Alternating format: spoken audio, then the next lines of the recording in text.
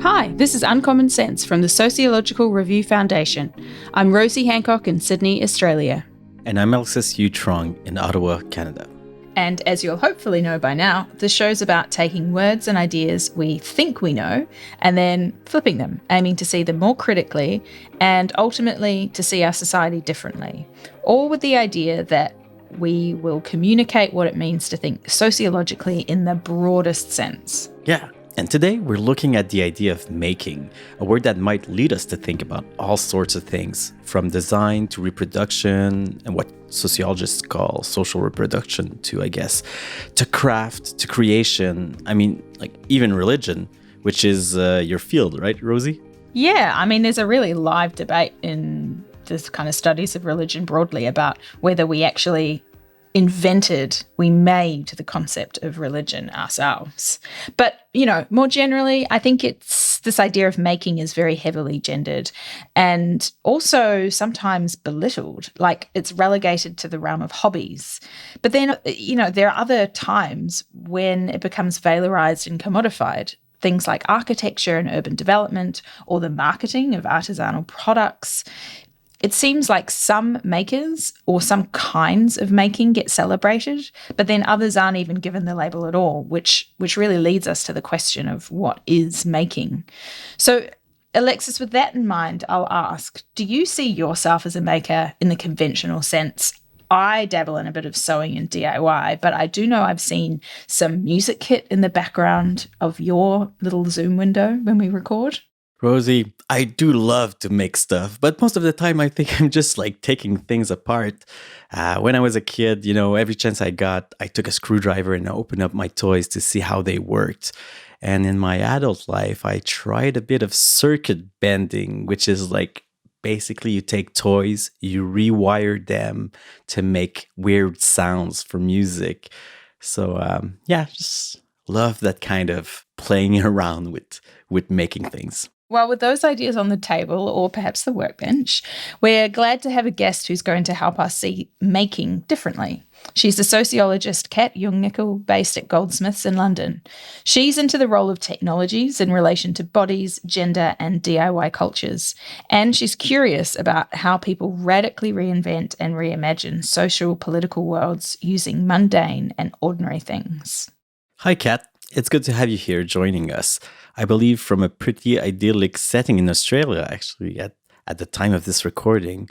So we'll forgive any echo on your side, as I understand you've closed the windows to keep out the sounds of bird life. Anyway, a quick question to get us started. What, off the top of your head, is the last thing you made before sitting down to join us? I made some coffee, very specifically. But I think when I think about making myself, I made a dress a few days ago. So I do a lot of sewing, and when I can, I do a lot of sewing for personal pleasure, even though I'm increasingly doing quite a lot of sewing for work as well. So, do you consider yourself a maker then, since you do all of this sewing and other sorts of craft? Do you do other sorts of craft as well? Absolutely. I've always been interested in and curious about making. My mum, like many people, I'm sure, taught me to sew, and I've been making and mending my clothes for most of my life. I have maintained and built up quite a lot of the bicycles that I ride, not the frames as yet. I'd love to do that, but I've certainly done lots of things of stuff that goes onto bikes. I love to garden, making green spaces in very small places that I've lived. Definitely done a bit of DIY in my time, and it's mostly worked out, but I also like to take things apart. Mostly I can put them back together again, but I've certainly used my bike tools and my sewing machines to fix things. And I've increasingly incorporated, making into my research. I've really brought lots of the things that I love into the things that I do for work. And it's gained even more and more presence to the point where I've actually been called a sewing, cycling sociologist. Oh, cool. So I'm basically a sociologist, likes to make stuff, I think. And Kat, we'll come to some of your earlier work soon, but can you introduce us to your more recent work on cycling, fashion, and invention? You wrote your book, Bikes and Bloomers, back in 2018, and then expanded that into a project on politics of patents, or POP, as it's known. Yes. It's been about a decade of work that has been developing to the project that I'm doing now. But yes, it started with Bikes and Bloomers. I started sociologically sewing on that project, and it was all about feminist cultures of invention and gender and new tech and the changing nature of citizenship in public space in late 19th century Britain. And in that, I explore a very small period of English history, looking really deeply at about 10 years of clothing inventions from 1890 to 1900. And it's basically a story of how women, as cyclists, were also inventors and makers and hackers. Wow. Basically, they were responding to barriers to their freedom of movement by inventing radical new forms of convertible cyclewear to ride their bikes. Building on that, I'm now doing a project called Politics of Patterns, or POP for short, that's funded by European Research Council Consolidated Grant. And with a team of sewing social scientists now, which is very exciting, we get to explore 200 years of clothing inventions from 1820 to 2020. And that's in the global patent archives. And we get to reconstruct a collection of garments in this project as well. And in this project, and in pretty much Bikes and Bloomers too, but this is much bigger, we're exploring how if clothing inventions can be read as acts of political resistance and what kind of citizens are made possible or reimagined through clothing inventions. Because both projects use patent archives, they use ethnographic methods and what I call speculative sewing, which stitches data, theory, and fabric into inventions described in patents, and then we analyse them as three-dimensional arguments. And throughout we ask, what emerges from making that we wouldn't have learned from just reading the patent? So we find it really exciting in the fact that we're diving into the past to make connections with, questions that are being asked still today about, freedom of movement, about kind of clothing that enables people to kind of like make, take, or claim public space, and different restrictions that are still on people around the world in terms of what they can and cannot wear. But, a lot of my work, even, for the Bikes and Bloomers project and since, has been about an interest in the making of sociological arguments in multidimensional forms. So I've done websites and a little bit of performance. I've done installations and exhibitions. And most recently, I've moved into reconstructions of historic costume. That's so cool.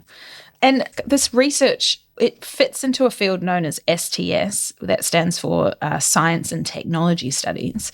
Can you tell us, what it is as a field, but also what it's got to do with sociology? Yeah, so STS, it's a really big interdisciplinary field of study, which basically explores how science and technology co-evolves with and in society, how it shapes and is shaped by the worlds around it. So it's very broad, but that's partially, I think, why I like it, because it includes so many diverse topics. But at its core is the idea that science and technology are never neutral. They're never separate, never independent from society, culture, politics, or history. And, it's really important to explore and understand the broader influences and impacts and entanglements of, about these things that are so prevalent. Technology is kind of everywhere, depending on, of course, how you define it. I would define clothing as technology, but most people would probably think of digital tech, but it is everywhere. So it helps us ask questions about why we have the science and tech we have today. It helps us better understand where they come from, why they take the forms they do, and also how they might have been otherwise, how we might imagine them differently in the future. So all of this maps on pretty well to sociological ideas about the sociological imagination and questions about class and gender and race. Yeah. I know that there's this idea of the black box, and I wondered if you could tell us a little bit about that. Yeah, absolutely. It's one of the concepts that I've used quite a bit in my research. Bruno Latour and many like him have talked about how technology is often made invisible when it becomes widely successful and accepted and part of everyday life. It looks really smooth and seamless from the outside, and yet lots of decisions and assumptions, and stereotypes even are built into how it's made and used. But getting inside the black box is a way of getting under the surface, about pulling it apart, about investigating all the, individual and interconnecting pieces.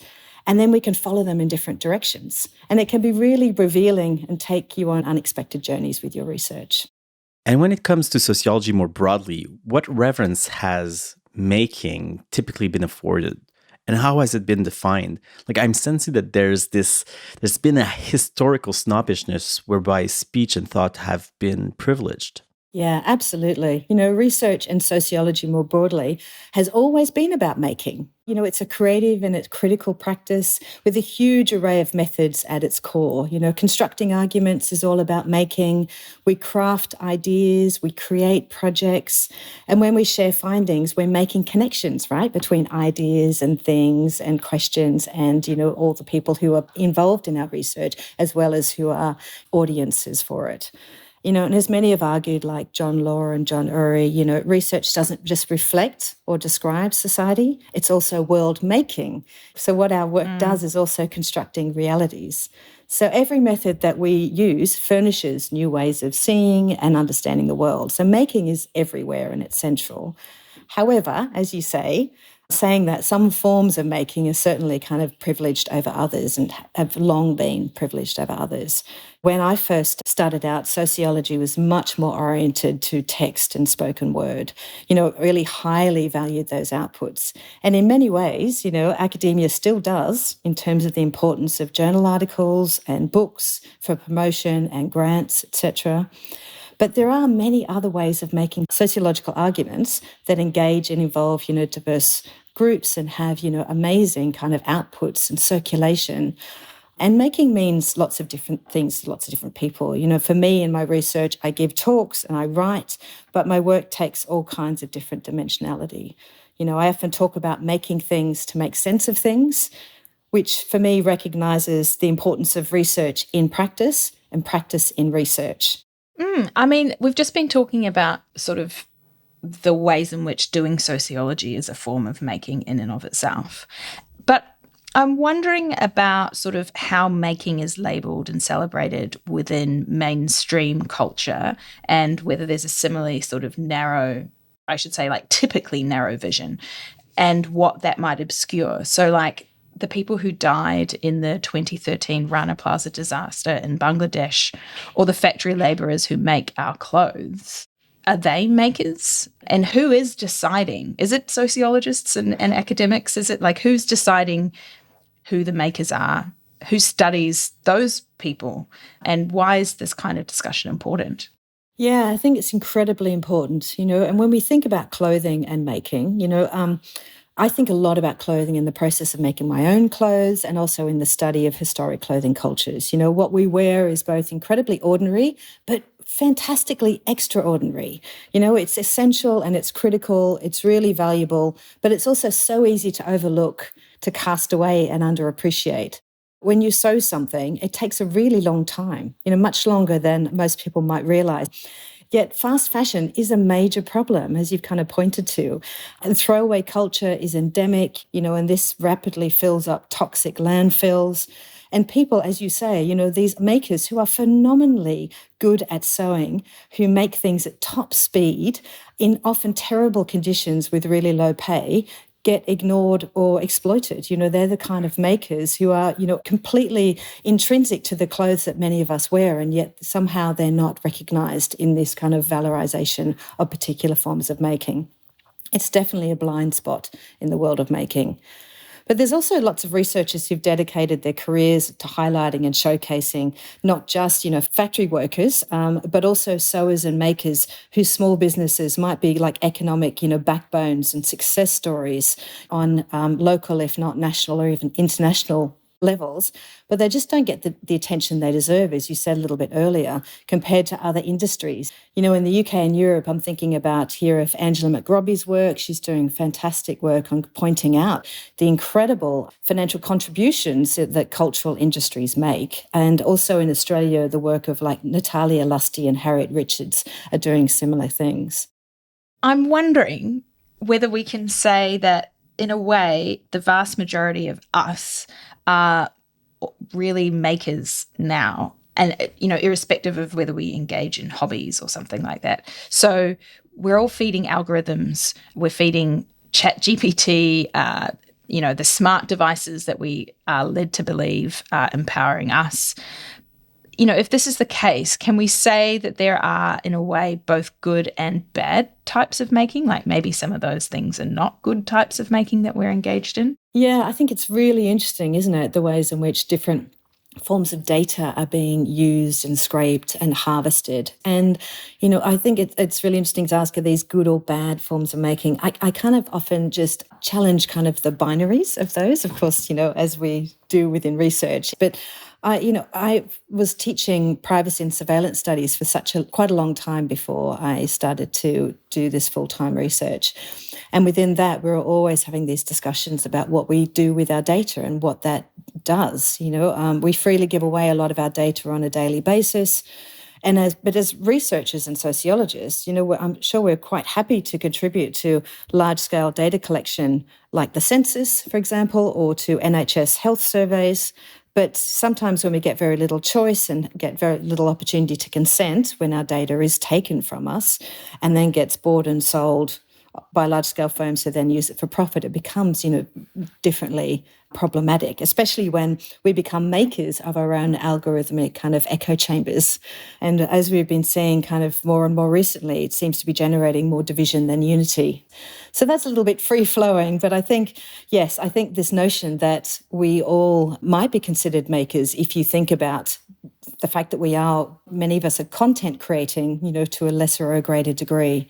And that kind of data is getting very similar, if not larger audiences than more mainstream forms of broadcast and communication. So we're getting here at questions of power, inequality, and resistance, or maybe the impossibility of.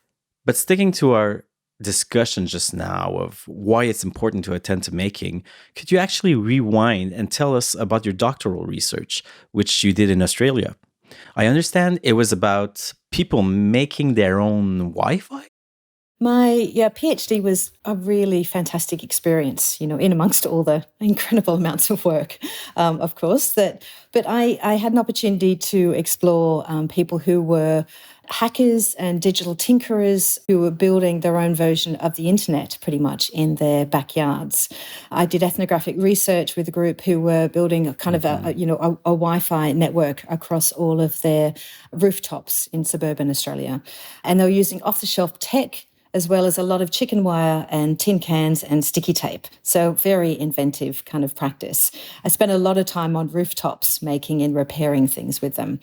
But while I was there, I also fell in with another hacking group that tangled into the study, which is the nature often of ethnographic research.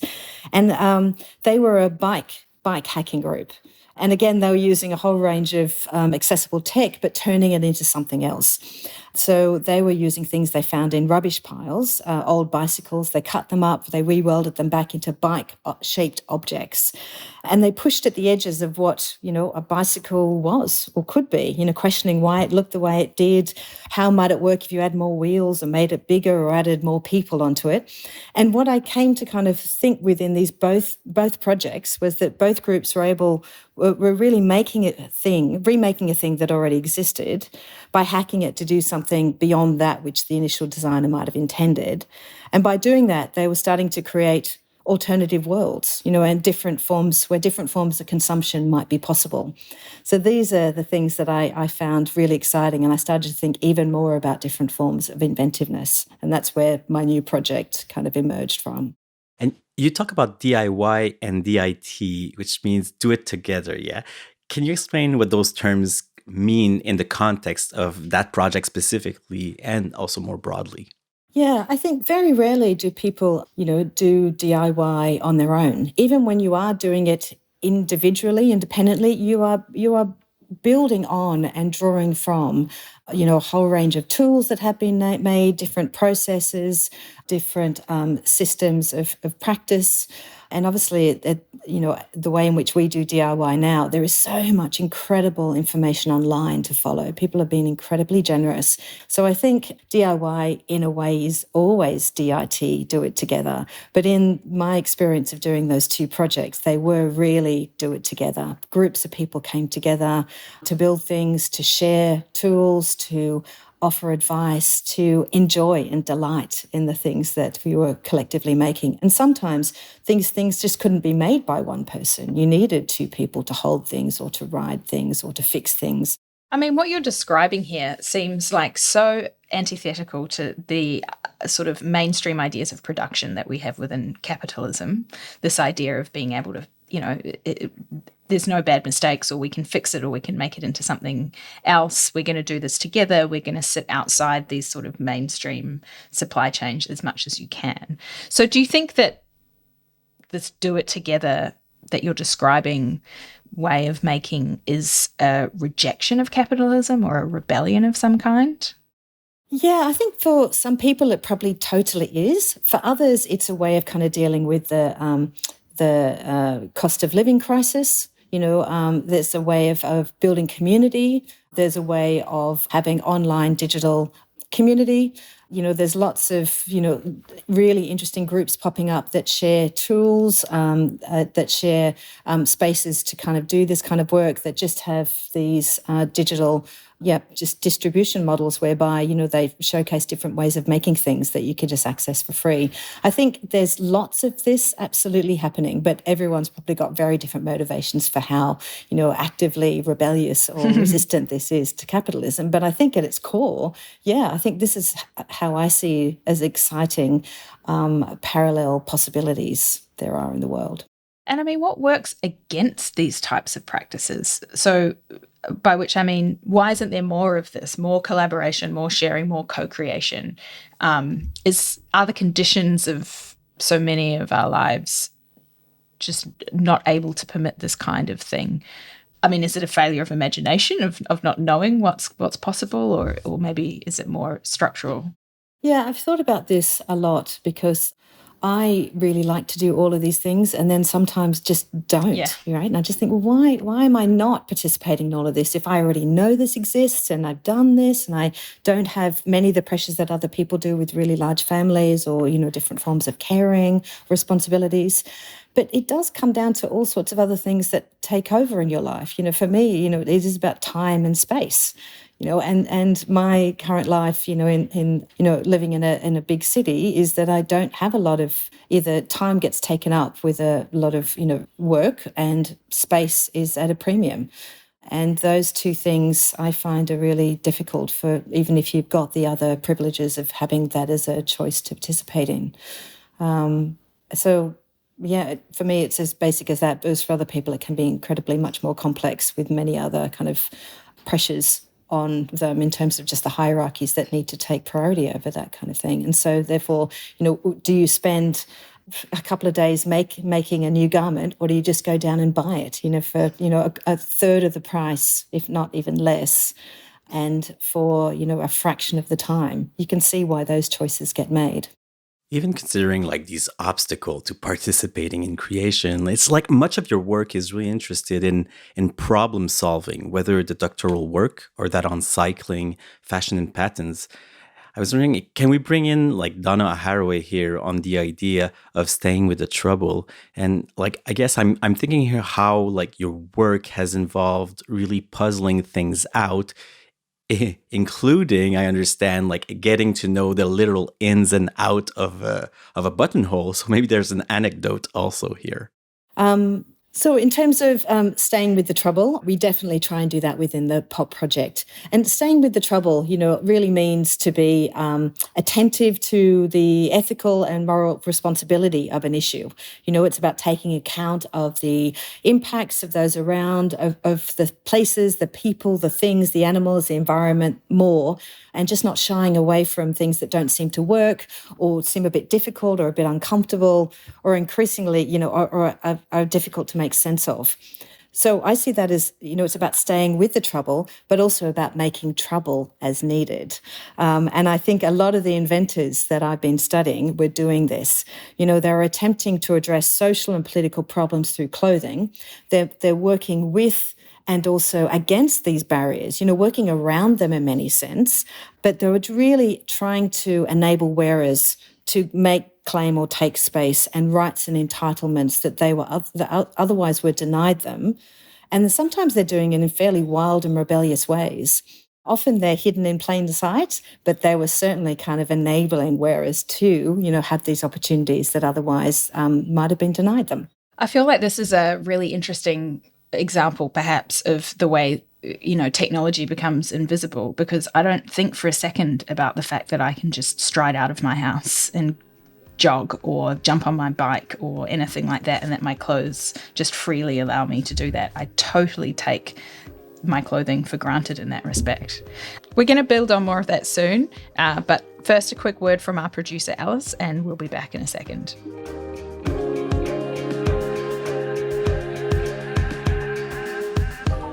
Hi, thanks for joining us to hear Kat Jungnickel talking about making and makers. We're well into season 3 of Uncommon Sense now and hope this podcast is a valuable resource, whether you're listening for pleasure, work or study. If you've headed over to the sociologicalreview.org, maybe to check out our show notes or our other podcasts, you might have seen that the Sociological Review Foundation is a charity. We're all about advancing public understanding of sociology, and you could say that in 2024, we need that more than ever. And so we've a favour to ask. If you can, please consider making a contribution to help the foundation keep bringing this podcast to you. Just head to donorbox.org/uncommon-sense. That's donorbox.org/uncommon-sense. You can find and click on that link by scrolling our show notes too. There you can make one-off or repeat donations to directly support the making of Uncommon Sense, all gratefully received. And of course, we're also glad to have you simply listening in. Any feedback or suggestions, write to us at uncommonsense@thesociologicalreview.org. Thanks for listening.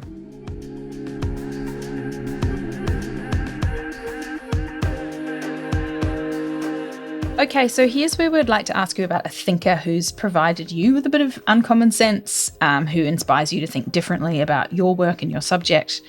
Previously on the show, we've celebrated people like the anthropologist Marilyn Strathern and the post-colonial thinker and psychiatrist Frantz Fanon. Kat, I understand that you want to talk about Saidiya Hartman, who's currently based in the English and Comparative Literature Department at Columbia University in the US.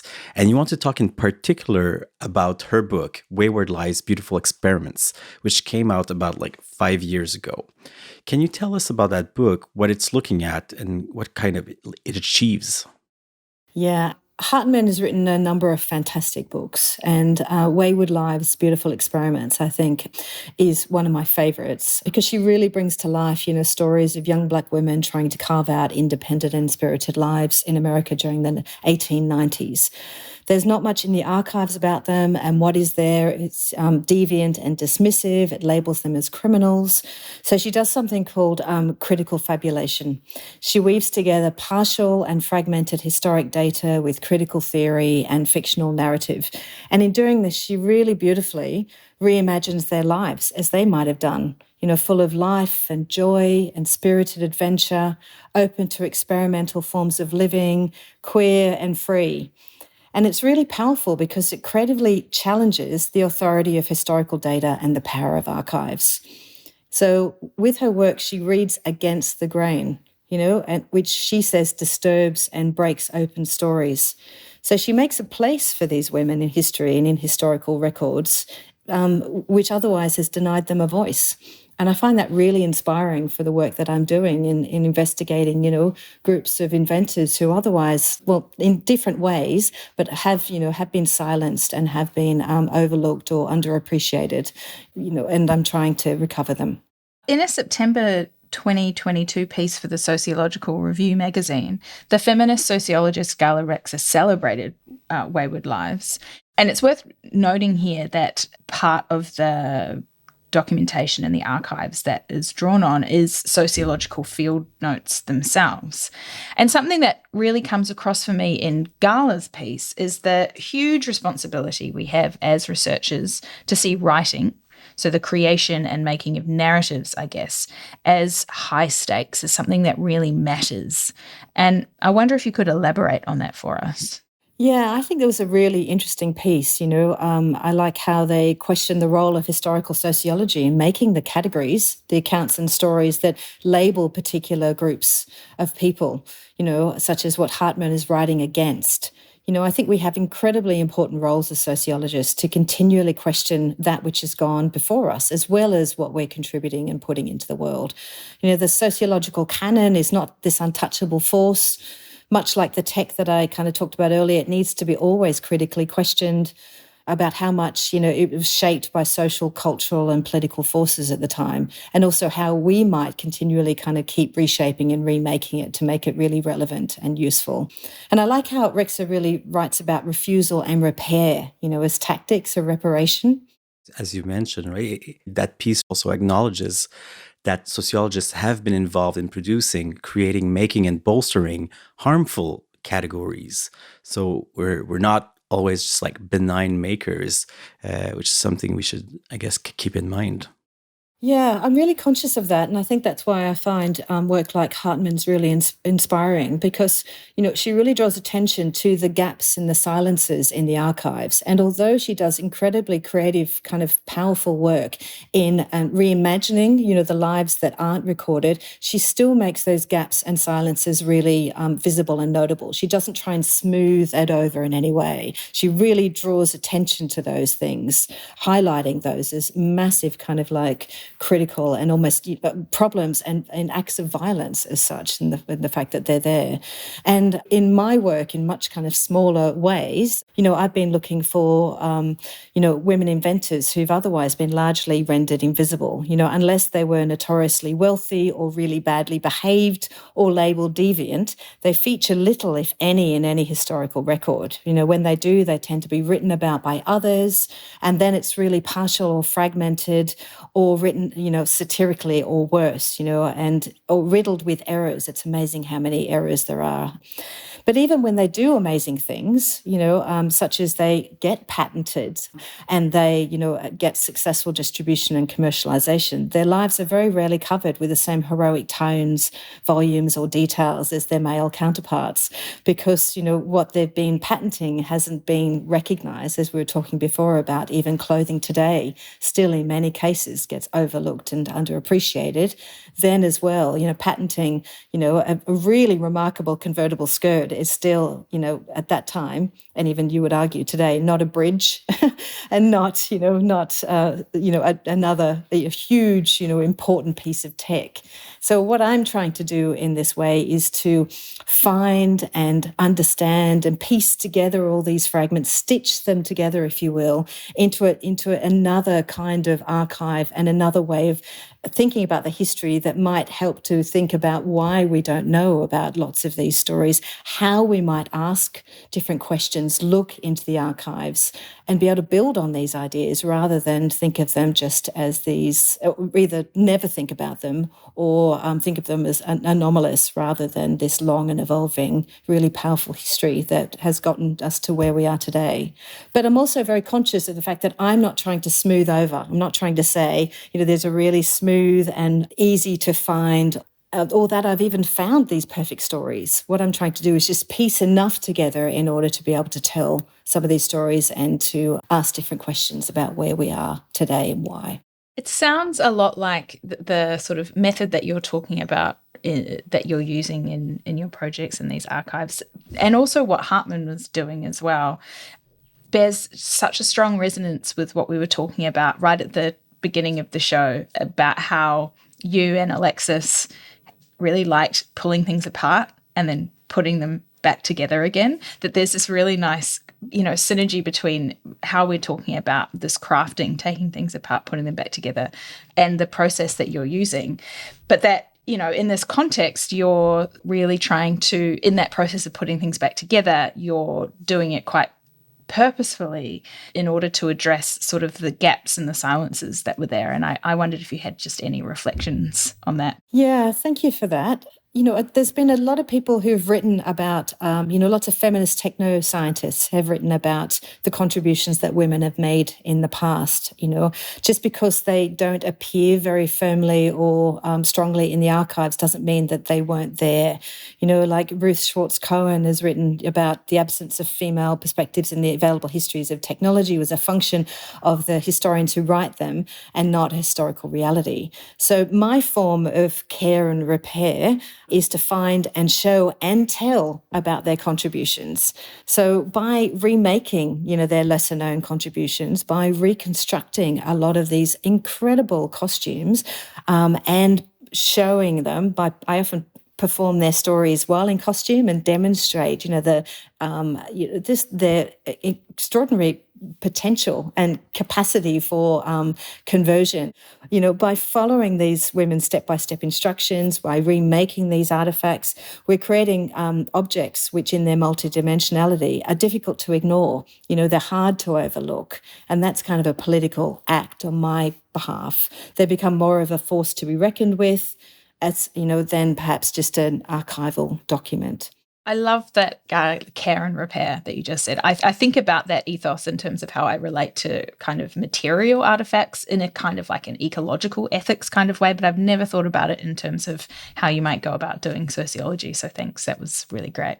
Finally, Kat, it's that bit of the show where we grab a pop culture tip from you for something that speaks to our theme. Before we do that, though, we wanted to ask just generally about the trend. I know it's in the UK. There's a bit of it here in Australia as well for shows that celebrate making. So famously, the Great British Bake Off. I mean, in Australia, we have the MasterChef kind of cooking equivalent.